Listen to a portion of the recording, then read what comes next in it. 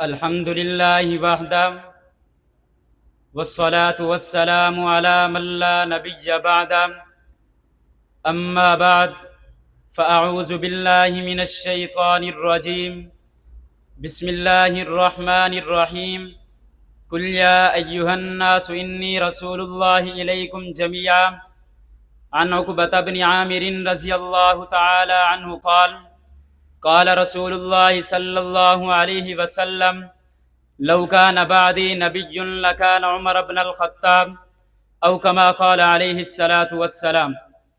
انتہائی واجب الاحترام مسلک اہل سنت والجماعت احناف دیوبند سے تعلق رکھنے والے غیور دوستوں، عقیدہ ختم نبوت کا عنوان سمندر سے زیادہ وسعت رکھتا ہے، مگر میں آج اس عقیدہ پر بڑی جامعیت اور دلائل سے صرف دو باتیں عرض کروں گا۔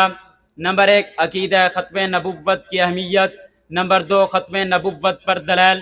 جہاں تک عقیدہ ختم نبوت کی اہمیت کا تعلق ہے تو رب لم یزل نے اپنی توحید کے ساتھ عقیدہ ختم نبوت کو بھی ایمان کا حصہ بتلایا، یعنی کوئی بندہ اس وقت تک ایمان والوں کی فہرست میں آ ہی نہیں سکتا جب تک عقیدہ ختم نبوت پر ایمان نہ لائے۔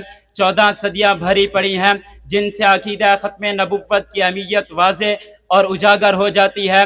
سیدنا صدیق اکبر رضی اللہ تعالی عنہ نے جنگ یمامہ کا میدان سجا کر بتایا کہ ختم نبوت کا عقیدہ کتنا اہم عقیدہ ہے۔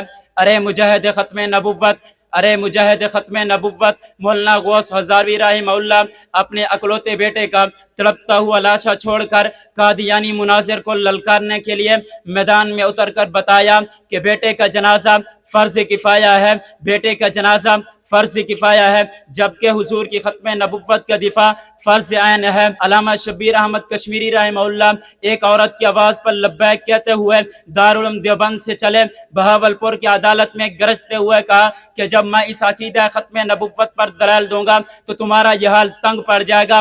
آپ نے امت کو پیغام دیا، بیماری اور بڑھاپا اپنی جگہ پر، لیکن حضور کی ختم نبوت کا دفاع، حضور کی ختم نبوت کا عقیدہ بڑا اہم عقیدہ ہے۔ ارے اگر بات کی جائے ختم نبوت پر دلائل کی تو مفتی شفیع عثمانی رحمہ اللہ نے ختم نبوت کامل میں لکھا ہے کہ حضور کی ختم نبوت پر 100 سے زیادہ قرآنی آیات، 210 سے زیادہ احادیث پیغمبر اور امت کا اجماع موجود ہے۔ میں بڑے اختصار سے چند دلائل آپ کی قابل قدر سماعتوں کی نظر کرتا ہوں۔ قرآن کریم کا پہلا پارہ والذین یؤمنون بما انزل الیک وما انزل من قبلک، خدا نے ایمان کی تکمیل کے لیے قرآن کریم اور پہلی آسمانوں کتابوں پر ایمان کو معیار بتایا۔ اگر حضور کے بعد بھی کوئی نبی ہوتا تو اس کی کتاب اور شریعت کا بھی تذکرہ ہوتا۔ پتہ چلا حضور آخری نبی، حضور کے بعد کسی نبی کی ضرورت نہیں۔ قرآن کریم کا چھٹا پارہ الیوم اکملت لکم دینکم واتممت علیکم نعمتی ورضیت لکم الاسلام دینا۔ رب لم یزل نے بتایا کہ میں نے تمہیں سب کچھ دے دیا، یہ کمال ہے، مزید کسی چیز کی ضرورت نہیں، یہ اتمام ہے۔ یہ کمال اور اتمام بتاتا ہے کہ حضور آخری نبی، حضور کے بعد کسی نبی کی ضرورت نہیں۔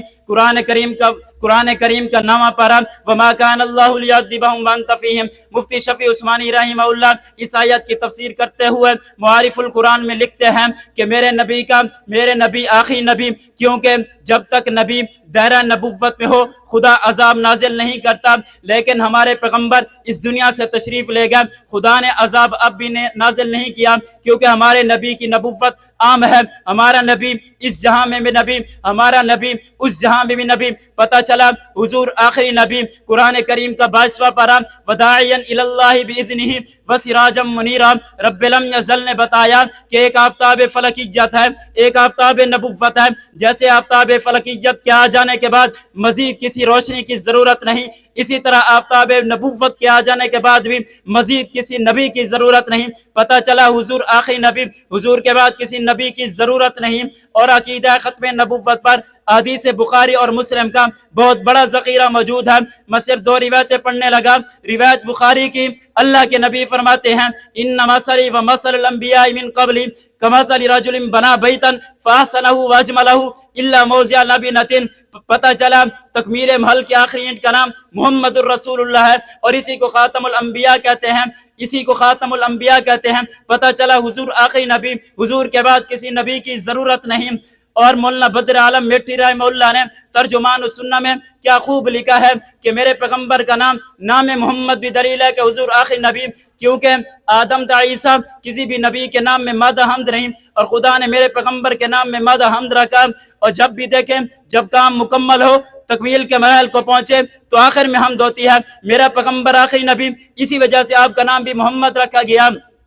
یہ تمام دلائل اپنی جگہ پر، میرے پیغمبر کی ختم نبوت پر کچھ بھی نہ ہوتا، میرے پیغمبر کے ختم نبوت پر کوئی دلیل بھی نہ ہوتی، میرے پیغمبر کی ختم نبوت پر کچھ بھی نہ ہوتا، میرے پیغمبر کا وجود یا تاریخ حضور کی ختم نبوت پر دلیل ہے، کیونکہ امام رازی رحمہ اللہ نے لکھا ہے ادعا ذلک الامر العظیم بین اظہر قوم لا کتاب لہم ولا حکمت معہم۔ میرے پیغمبر نے ایسے لوگوں میں دعویٰ نبوت کیا جو کسی کی بات سننے اور ماننے کے لیے تیار نہ تھی، اور ان پر کوئی حکمرانی کرنے کے لیے بھی تیار نہ تھا۔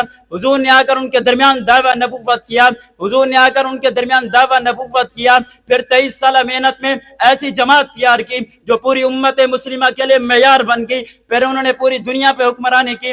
یہ تمام دلائل اپنی جگہ پر، یہ تمام دلائل اپنی جگہ پر، میرے پیغمبر کی ختم نبوت پر کچھ بھی نہ ہوتا، میرے پیغمبر کا وجود یا تعریف حضور کی ختم نبوت پر دلیل ہے۔ میں ان تمام دلائل کے ساتھ کھڑا ہو کر منکرین ختم نبوت سے ببانگ دول یہ کہہ دینا چاہتا ہوں، ہمیں معلوم ہے تم کو ستم ڈھانا بھی آتا ہے، ہمیں معلوم ہے تم کو ستم ڈھانا بھی آتا ہے، یقین کر اے ستمگر ہم کو مر جانا بھی آتا ہے۔